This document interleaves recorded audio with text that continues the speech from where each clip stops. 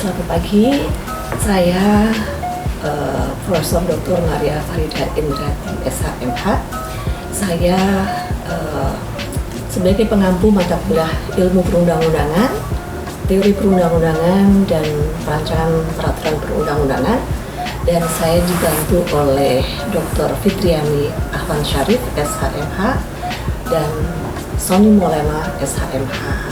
Di dalam mata kuliah ini, kita akan berbicara mengenai bagaimana kita membentuk peraturan perundang-undangan, apa saja yang menjadi materinya, yaitu antara lain bagaimana asas-asas perundang-undangan, jenis, fungsi, hierarki, serta materi muatan undang-undang. Di dalamnya kita juga akan mempelajari bagaimana cara pembentukan undang-undang dan peraturan perundang-undang yang lainnya.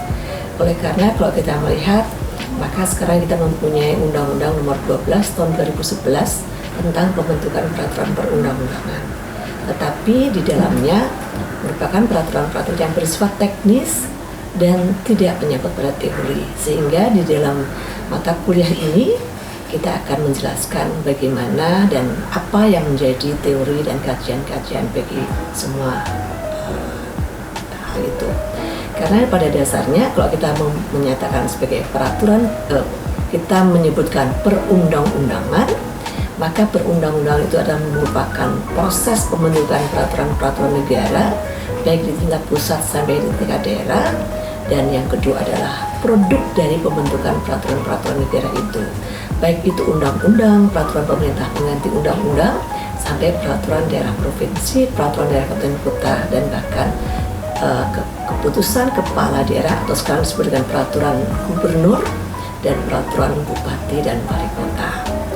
Nah, untuk itu maka para mahasiswa perlu mengetahui, karena Anda adalah calon-calon sarjana hukum yang mungkin nanti bergerak di bidang perundang-undangan atau menjadi anggota DPR, menjadi menteri, maka Anda harus tahu bagaimana membentuk peraturan perundang-undangan yang baik dan apa yang harus dimuat di dalam suatu peraturan perundang-undangan tersebut. Ya, begitu. Ya.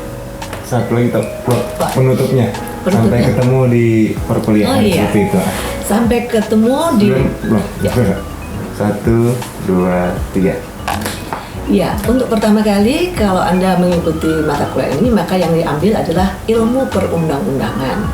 Jadi ilmu perundang-undangan akan menjelaskan mengenai jenis, hierarki, fungsi, dan materi muatan undang-undang. Nanti kalau Anda lulus dalam semester ini, maka Anda akan mengikuti perancangan peraturan perundang-undangan atau kemudian teori perundang-undangan bagi mereka yang ikut dalam bidang studi hukum tata negara dan hukum administrasi negara. Nah, oleh karena itu, tunggu kami, saya, Mbak Fitri, dan Bang Sony pada mata kuliah yang akan datang. Terima kasih.